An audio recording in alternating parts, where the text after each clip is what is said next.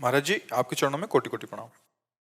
महाराज जी, हमारे पिता 2009 में पधार गए थे। महाराज जी, पिता किसी एक डिपार्टमेंट का नाम लिखा है। अधर्म की कमाई, रिश्वत आदि से हमारा पालन पोषण हुआ। मकान जिसमें हम रहते हैं उससे भी उसी पैसे से बनाया। उनकी इस गलती का परिणाम ये हुआ कि पूरे परिवार को भोगना पड़ा। माता जी का स्वास्थ्य बिगड़ गया, छोटा भाई नशे में चले गया और उसकी पधार गया।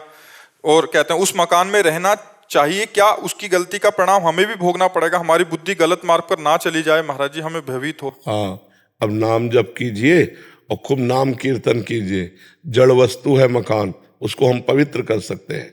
पिता ने गलत किया तो जो कुछ परिणाम उनको भोगने को मिला, परिवार को मिला।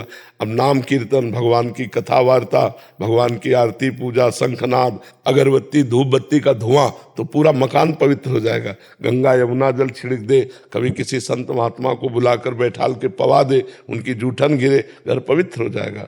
और आगे आपके द्वारा गलती नहीं होनी चाहिए।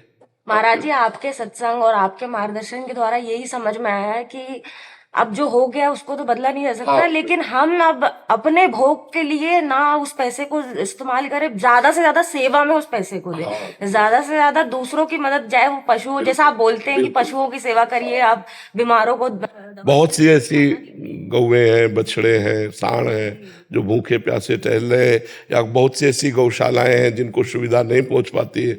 अगर इस तरह का धन है तो ऐसे दे देना चाहिए जिससे गौ सेवा हो। वो जो हमने दूसरे का शोषण किया तो किसी का पोषण करेगा, तुम्हारे पिता को भी आनंद मिलेगा। जी हाँ, एक उनके प्रति भी लगता है कि उनका मंगल हो, वो जहाँ पे भी गए हैं। पर हमको ये बहुत अच्छा लगा कि आप जो सावधान हैं और आप अपनी बात बता दिए।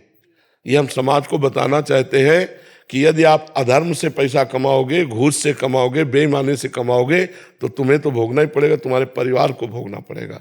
हाँ बिल्कुल, इसलिए भले 100 रुपया कमाओ, मूंग की दाल और रोटी खाओ, साइकिल से चलो, लेकिन तुम्हारा परिवार बहुत बढ़िया रहेगा, तुम्हारा जीवन तो अच्छा रहेगा, तुम्हारा परिवार भी बहुत सुसज्जित हो जाएगा। और अधर्म से कमाओगे तो देखो, बुरे कर्मों के द्वारा कमाया हुआ धन कभी सुख नहीं दे सकता, वो जलाएगा, पूरे जीवन जलाएगा तुम्हें। ये बाहरी जो बेईमानी का पैसा है, निर्दोष को आप दंड दे दिए और दोषी को बख्श दिए तो पैसा आके आपके आग नहीं लगाएगा। ये बहुत अधर्म जो है कभी बख्शता नहीं। इसलिए हमारी प्रार्थना है कि नमक रोटी भले खाओ, लेकिन धर्म पूर्वक कमाई का, अधर्म की रबड़ी मत खाओ, नहीं तो जीवन बर्बाद अपना भी करोगे, अपने बच्चों का, अपने परिवार का भी करोगे। महाराज जी, हम तो बस आपने निहाल कर दिया, मतलब आपने जो नाम दिया है, आपने जो धाम दिया है, आपकी नाम जप करो और जो अर्थ आपकी सेवा से ज्यादा है वो गौ सेवा में दे दो, अन्य सेवाओं में दे दो, और धर्म पूर्वक चलो। धर्म से जीने में शांति है, सुख है, आनंद है। अधर्म में अशांति है, दुख है, क्लेश है।